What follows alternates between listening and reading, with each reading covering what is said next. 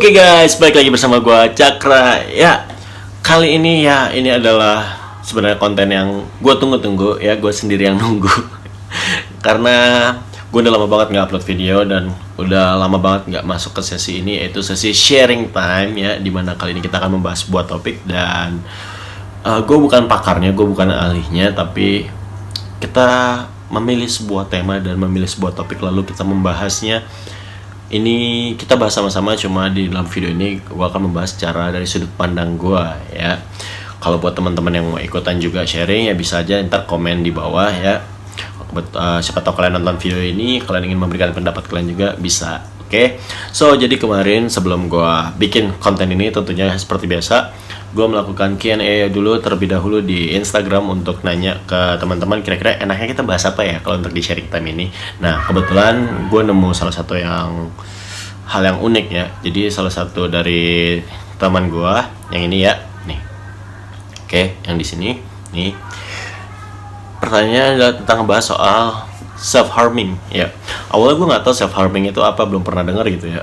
Terus gue coba lihat di googling self harming itu apa, dan ternyata ini hal yang cukup unik gitu loh, yang untuk asik juga kalau untuk dibahas kayak gitu.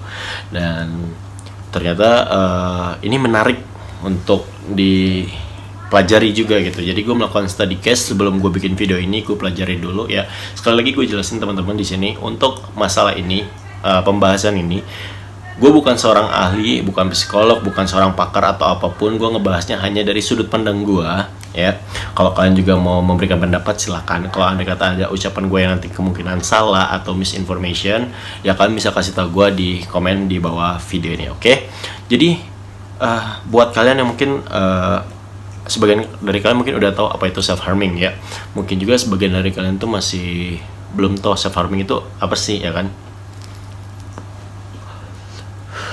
So, buat kalian yang masih belum tahu self harming itu apa, ya self harming atau self injury atau mungkin lebih biasa kita kenal dengan menyiksa diri sendiri dengan cara menyakiti ya. Jadi tujuan self harming itu adalah bukan mereka ingin bunuh diri, mereka melukai diri tapi tanpa maksud untuk bunuh diri gitu loh. Jadi mereka seperti lebih untuk melampiaskan sebuah perasaan atau sebuah masalah-masalah yang mereka pendam, yang mereka nggak bisa untuk expose dengan ucapan, kata-kata atau kayak gimana. Jadi dia melakukannya dengan cara untuk pelariannya adalah dengan menyakiti diri sendiri. Kok bisa sih ya kan?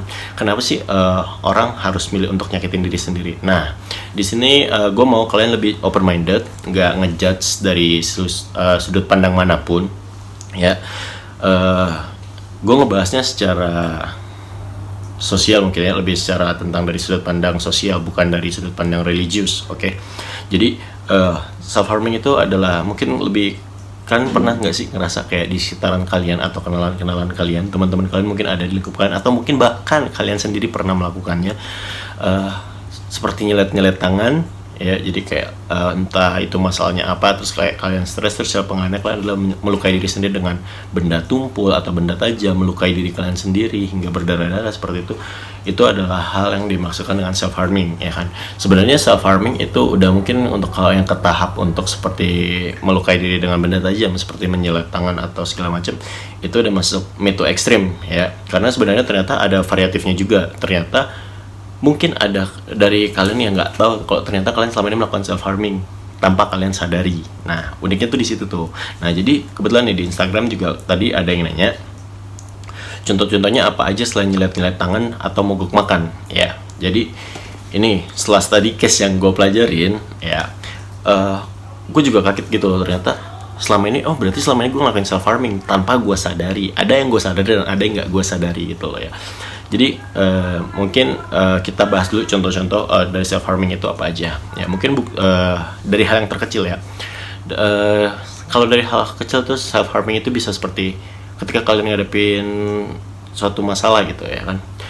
Seperti kalian lagi ada masalah, self harming itu meliputi seperti kayak kalian berhenti makan, mogok makan. Contoh kayak kalian lagi galau atau apapun, terus kalian jadi nggak mau makan, ya kan, jadi nggak nafsu makan, itu termasuk self harming.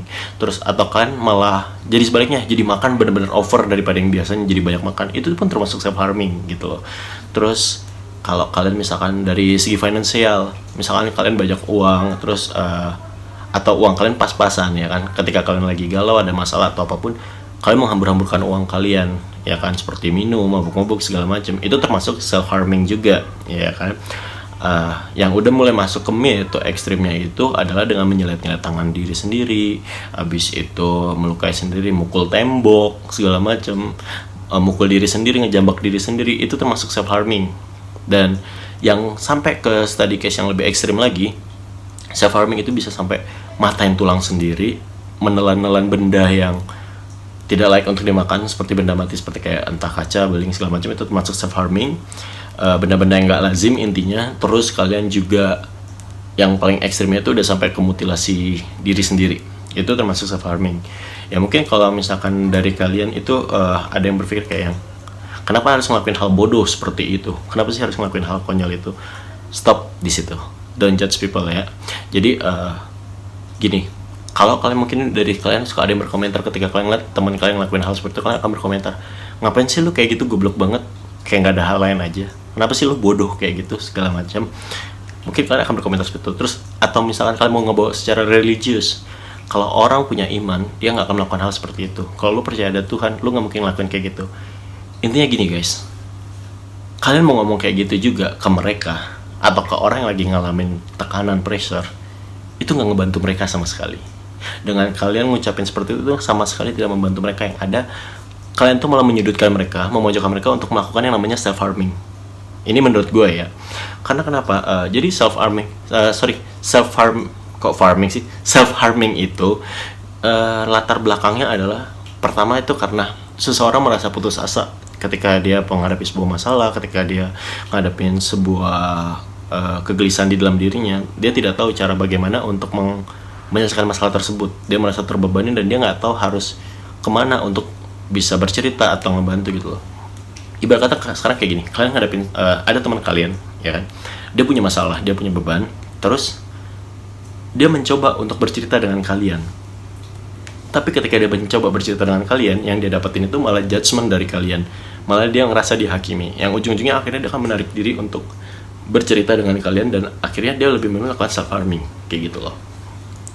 Udah gitu juga selain rasa putus asa juga banyak faktor lainnya, ada dari faktor psikologinya juga. Karena kalau menurut study case yang gue sempat baca, jadi itu kenapa orang lebih memilih melakukan self harming, selain tadi ya, pertama dia ada kendala masalah di sosial, dia tidak ngerasa tidak punya teman atau tidak punya tempat untuk bercerita, atau mungkin ketika dia mencoba bercerita sama temannya tapi dia malah merasa lebih dipojokkan ya kan, akhirnya dia malah ngerasa nggak ada yang ngedukung dia, dan dia lebih memilih untuk melakukan itu. Jadi sempat gue baca di salah satu artikel, ketika kita melakukan contohnya kayak misalkan, ini yang dari pengalaman gue pribadi ya, gue juga ternyata melakukan self harming juga ya. Kasarnya ketika gue lagi emosi, lagi bete, atau lagi kesel akan sesuatu dan gue udah benar-benar nggak bisa kontrol itu, nggak bisa tahan, gue lebih memilih untuk memukul tembok ya. Gue nggak tahu, mungkin di antara kalian di sini juga ada yang melakukan, mungkin terdengar sound stupid atau terdengar konyol, cuma emang setelah gue melakukan itu ada rasa lega yang gue dapat. Nah, salah satu faktor orang melakukan self harming adalah itu. Jadi menurut study case yang gue baca adalah di salah satu artikel, ketika kalian melakukan yang namanya menyakiti fisik sendiri, sebelum itu berubah menjadi rasa sakit, di otak itu ada entah apa ya namanya sebutannya, entah ada hormon apa gitu yang mengantarkan rasa lega sebelum ke rasa sakit itu. Jadi ketika orang banyak tekanan, beban, dan melakukan self harming, atau dia memiliki perasaan yang tidak bisa dia luapkan, dia memilih untuk menyakiti diri sendiri, itu karena untuk mendapatkan rasa lega sementara itu. Karena ketika dia menyakiti dirinya sendiri, sebelum perputaran antara hormon yang ke otak menimbulkan rasa sakit secara physically, itu ada rasa lega.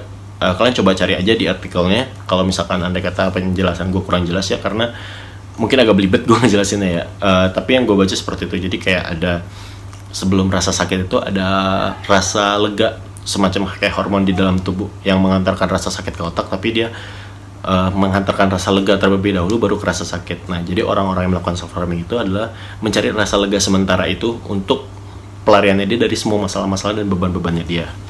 Nah, faktor-faktor apa aja sih yang bisa nyebabin seseorang melakukan self harming selain yang kayak tadi putus asa, terus dia tidak ada komunikasi? Biasanya orang-orang yang melakukan self harming itu adalah, pertama yang tipikalnya ya tertutup, atau dia pernah menjadi korban bullying, ya kan. Di lingkup sosialnya dia menjadi korban bully dan dia ngerasa kayak nggak ada yang ngedukung dia seperti itu. Terus tapi yang sebenarnya yang cukup menarik adalah yang gue temuin dari study case tentang self harming itu adalah sebenarnya self harming itu bisa muncul di diri seseorang itu karena kejadian trauma atau ketika masa kecilnya dia. Nah, ini penting banget nih buat para orang tua mungkin yang kebetulan nonton film lagi, yang kebetulan nonton video ini. Terus kalau misalkan andai kata kalian punya anak, kalian karena gini loh, biasa pernah nggak sih kayak misalnya kalian punya adik gitu loh, adik atau anak kalian, ketika misalnya anak kalian jatuh, ya kan, dia terjatuh nih, terus dia mau nangis, ya kan. Nah, biasa karena kita nggak mau dia nangis, kita akan berbicara, ayo nggak boleh nangis, nggak boleh nangis, ya. Kalau nangis bukan anak mama, kalau nangis bukan anak papa, kalau nangis bukan adik aku. Nah, itu tuh sebenarnya ternyata ada sisi negatifnya yang bisa menimbulkan terjadinya self harming, karena mereka dari kecil sudah dibiasakan untuk tidak boleh mengeluarkan apa yang mereka rasakan, atau mereka tidak boleh mengekspresikan perasaan negatif dari diri mereka gitu loh. Jadi kayak mereka mau nangis ditahan karena seperti itu, karena untuk dia takut untuk tidak dapat pengakuan tersebut. Jadi kalau misalkan andai kata dia nangis nih, dibilang bukan anaknya, kalau nangis dibilang bukan adiknya. Nah, itu tuh ternyata hal-hal sesepele itu bisa menimbulkan yang namanya self harming gitu loh, untuk pertumbuhan secara mental dari si anak itu.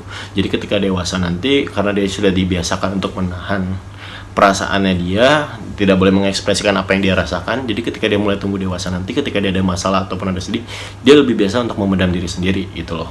Ya sebenarnya emang sih kalau untuk kita yang mungkin sudah dewasa, ketika ada masalah, nggak semua masalah emang harus kita explore atau cerita ke orang gitu loh. Tapi I think it's better to tell someone that we can trust, so kita setidaknya sedikit ngerasa lebih baik gitu loh. Bercerita kepada teman yang emang ibarat kata bisa kita percaya, ya kan. Terus kalau misalkan untuk kayak solusinya gimana sih untuk teman-teman kita yang punya yang suka melakukan self harming, mungkin di lingkup sekitar kalian ada. Sekarang gini teman-teman, kalau misalkan andai kata mungkin kita nggak bisa selalu ngasih solusi untuk setiap masalah setiap orang, ya kan. Mungkin kita tidak bisa ngebantu mereka untuk memberikan solusi yang solid atau solusi yang ibarat kata yang benar-benar solutif yang bisa menyelesaikan masalah mereka. But at least don't judge them, oke? Jadi jangan ngejudge mereka. Cukup kalau kalian emang andai kata tidak bisa memberikan solusi, cukup kalian ada buat mereka dan dengarkan, ya. Jadi andai kata teman lo punya masalah nih, dia punya problem segala macam, dengerin aja. Kalau kalian nggak bisa ngasih solusi, dengerin. Kalau kalian nggak bisa ibarat kata memberikan jawaban yang ibarat kata membantu mereka, at least jaga perasaan mereka. Buat mereka gini loh, setiap manusia yang terlahir di dunia, mereka itu punya artinya sendiri. Nggak ada yang kelahiran yang namanya sia-sia. Setiap dari diri kalian itu selalu memiliki arti. Jadi nggak ada salahnya dukung manusia satu sama lain kayak gitu ya. Mungkin itu salah satu reason kenapa kayak andai kata kalau gue pribadi ada teman kayak mau cerita segala macam, gue pasti dengerin. Mungkin emang kalau untuk teman-teman gue yang udah tau gue, kalau misalkan andai kata mereka cerita, pasti gue ngasih taunya dengan cara yang mungkin sedikit rude atau kasar dari segi kata-katanya, ucapannya segala macam, karena gue tipikal orang yang ceplas-ceplos dan frontal. But gue mengucapin itu emang untuk nyadari mereka dan untuk meyakinkan mereka bahwa ya lo berhak untuk bahagia, lo nggak berhak untuk tersakitin. Dan andai kata lo ngadepin sebuah masalah ini pasti akan ada nemu solusinya, cepat atau lambat. Yang penting lo harus kuat dan cintai diri lo sendiri gitu. Karena kalau sampai andai kata mereka ngerasa mereka nggak punya siapa-siapa, mereka ngerasa kesendirian segala macam, ditambah ketika mau bercerita ke teman-temannya malah yang ada dapatnya judge, yang ada mereka malah bakal jadi nyakitin diri sendiri. Because entah kalian percaya atau enggak, but words can kill and it's fucking real. Ya benar, kata-kata itu bisa ngebunuh. Ucapan kalian ketika kalian ada teman yang mau bercerita terus dia, atau kalian di lingkup sekitar kalian ada teman yang melakukan self harming, entah itu mukul tembok, entah itu nyilet-nyilet tangan atau segala macam, terus lo bilang, lo ngapain sih, lo goblok banget kayak gitu, benar-benar nggak ada otaknya, lo nggak punya agama, lo nggak punya kayaknya segala macam. Men, kata-kata kalian itu cuma memperburuk keadaan mereka. Apa yang lo lakuin ke mereka itu, ucapan kalian tuh lebih nyakitin dari apa yang mereka lakukan ketika mereka nyakitin fisik mereka sendiri. Kalau kalian emang nggak bisa ngebantu, kalian emang nggak bisa ngasih solusi, at least stop hurting them. Berhenti untuk nyakitin mereka dengan kata-kata kalian. Jadi gue minta untuk kalian semua buat di sekitar kalian lebih open minded lagi, terus lebih kayak mungkin lebih banyak memperdengar orang ya, karena jujur dalam pelajaran bahasa Indonesia kita ada pelajaran kayak membaca, menulis, dan mendengarkan. Dan kalian setuju atau enggak, tapi hal yang paling sulit itu adalah sebenarnya mendengarkan. Karena kalau untuk membaca kita semua bisa membaca, untuk menulis kita bisa menulis, tapi ketika mendengarkan guru berbicara, kita tuh bisa dibilang paling malas. Jadi di antara semua pelajaran itu bahasa Indonesia juga, dari pelajaran bahasa Indonesia, dari 3 materi itu adalah hal yang paling sulit adalah sebenarnya mendengarkan. Dan di kehidupan sosial pun mungkin sama, mungkin kita terlalu banyak bicara, mungkin kita terlalu banyak ngajak seorang, dan kita kurang mendengarkan orang lain yang bahkan kita nggak tahu orang itu sebenarnya ngadepin masalah apa. Karena setiap orang emang punya masalah masing-masing, setiap orang punya caranya mereka masing-masing, dan nggak semua orang mungkin, kalau untuk sebagian dari diri kalian yang nggak pernah ngelakuin self harming, mungkin ya lo kuat, congrats, selamat, lo bisa sekuat itu ngadepin semua masalah-masalah. Tapi nggak semua orang itu sama seperti kalian, jadi kalian jangan samakan orang lain dengan diri kalian gitu loh. Coba lebih mengerti lagi satu sama lain, ya kan. Karena kalau ngomongin masalah pribadi ya, gue pribadi pun pernah ngelakuin yang namanya self harming, sampai ya kalau misalkan mukul tembok, kalau misalkan udah emosi banget ya cara ngelampiasinnya nggak tahu kenapa juga emang kayak gitu ya, kayak emang kebawa emosi dan hajar aja udah, nggak kerasa sakit sama sekali saat itu, dan malah ada perasaan lega, rasa emosi gue hilang, luapan gue hilang, walaupun setelahnya ya tangan gue sakit juga sih ujung-ujungnya. Dan untuk mungkin tingkat terekstrim gue, ketika gue udah ngerasa nggak bisa berbicara dengan siapapun, ketika gue sampai kayak mungkin ini terkesan seperti curhat, tapi emang ini berdasarkan pengalaman pribadi juga. Ketika gue ngerasa gue punya masalah, atau gini, di lingkup sosial gue ngerasa kayak yang setiap kali temen gue punya masalah, gue akan selalu ada buat mereka, gue akan selalu dengerin buat mereka. Karena kenapa? Karena gue tau banget perasaan ketika lo ngadepin masalah tapi lo nggak ada tempat untuk cerita, ketika lo ada masalah tapi lo nggak ada tempat, nggak tahu harus kemana, kayak gitu lo harus sendiri, dan rasa kesendirian itu ngebunuh banget. Dan hal yang gue lakuin adalah ketika mereka mau cerita, gue akan selalu dengerin, siapapun akan selalu gue dengerin. Dan kalaupun untuk dari gue pribadi, ketika gue emang pernah ngerasa di bawah kata di titik terworstnya atau terburuknya, di titik terendah gue adalah ketika gue ngerasa udah nggak bisa cerita sama siapapun, ya nangis sekeras-kerasnya, mukul diri sendiri, ngejambak diri sendiri pun itu gue pernah gue lakuin. Ibarat kata lo nggak pernah tahu sisi lain orang di kehidupannya dia seperti apa. Mungkin di depan kalian dia ketawa-ketawa ceria aja, tapi di belakangnya untuk ngadepin masalahnya itu tanpa lo tahu ya ternyata dia menyakiti diri sendiri segala macam. Ya emang sih untuk para pelaku self harming itu sebenarnya tidak kelihatan banget, kayak untuk kecuali kalau udah nyampe kayak silet-silet tangan atau mutilasi atau matain tulang, itu tuh pasti kelihatan banget gitu ya, karena ada luka bekas fisik. Tapi kalau untuk cuma yang kayak sekedar mukul tembok, ngejambak, atau mukul diri sendiri, mungkin nggak kelihatan, karena mungkin di lingkup sosial pun mereka bisa tetap terlihat biasa-biasa aja, tertawa dan baik-baik aja. Tapi pokoknya pesan gue adalah ketika kalian punya teman-teman di lingkup kalian, siapapun, ketika ada masalah, ketika kalian tidak bisa memberikan solusi, tapi cobalah untuk mendengarkan, cobalah untuk ngerangkul satu sama lain. Gak ada salahnya kok, gak ngerugiin kalian juga, gak ngebuang waktu kalian juga. Gak ada yang tahu, siapa tahu ketika suatu saat ntar kalian di posisi itu, mereka yang ada buat kalian. So ya itu dulu pembahasan tentang hari ini, semoga ya bisa menginspirasikan. Semoga untuk kalian yang belum tahu apa itu self harming atau self injury, kalian jadi tahu. Buat kalian yang selama ini di luar sana yang mungkin melakukan self harming atau self injury, please guys, kalian itu kuat, kalian itu bisa ngadepin masalah-masalah kalian, dan coba untuk ngelakuin hal-hal yang lebih produktif. Entah itu kalian main game, atau kalian ngelakuin kumpul sama teman-teman kalian, meskipun kalian nggak dapat solusi segala macam dari mereka. Lebih dipilih lagi untuk lingkupnya ya, untuk yang lebih membawa ke arah positif ke kalian, bukan ke arah negatif, dimana kalian bisa dapat tempat untuk bercerita. Kalaupun emang kalian ada kata dapat tempat untuk tempat sosial kalian berkumpul, tapi kalian nggak dapat menuangkan apa yang kalian rasakan, coba ke hal-hal lain. Kita di sini posnya ini bagi sedikit aja sih ya, buat teman-teman di sana yang mungkin suka melakukan self harming atau self injury. Ketika kalian ngadapin sebuah masalah dan kalian nggak bisa ngungkapin perasaan yang kalian rasain, kalian bisa ngelakuin hal-hal positif seperti, kalau gue pribadi sih ya, andai kata gue ada pikiran yang gue bisa tuangkan tapi gue nggak bisa ceritakan ke orang nih, orang nggak akan ngerti menurut gue. Yang gue lakuin adalah gue loncatin itu ke menulis, yang nggak nulis sih karena ngetik sebenarnya. Mungkin lebih kayak buat semacam kayak puisi ataupun sajak segala macam kayak gitu, ataupun mungkin dibawa ke hal-hal produktif lain seperti membuat konten seperti ini kayak gue sekarang. Untuk bukan posisinya gue lagi stres ya, enggak sih, sebenarnya lagi biasa-biasa aja gitu loh. Cuma maksudnya untuk mengisi kekosongan itu, daripada melakukan hal-hal negatif yang ujung-ujungnya merugikan diri sendiri, lebih baik melakukan hal-hal yang bisa positif dan mungkin bisa bermanfaat buat orang lain, ya seperti itu. Karena intinya self harming itu ada banyak, selain kayak mutilasi dan nyilet itu udah yang ekstrim banget. Ternyata hal-hal kecil kayak menghamburkan uang, makan terlalu dikit atau terlalu banyak, ataupun minuman alkohol secara berlebihan segala macam, itu termasuk self harming ya. Jadi hal-hal yang bersifat destruktif atau menghancurkan diri sendiri pada akhirnya itu bersifat self harming. Jadi buat kalian semua, ketika kalian di luar sana, siapapun kalian, ketika kalian banyak masalah atau apa segala macam, percaya ke diri kalian sendiri bahwa kalian itu kuat dan kalian bisa mengalihkannya ke hal-hal yang positif.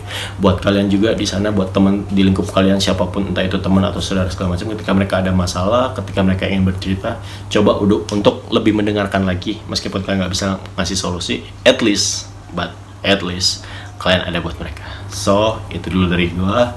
Akhir kata, gue Cakra Pangeran mohon pamit undur diri dulu. Semoga informasi yang gue sampaikan bermanfaat. Kalaupun andai kata ada masukan dan yang lain-lain, kalian bisa komen di bawah ini. Jangan lupa di subscribe, like, comment, and share. Thank you guys. See ya.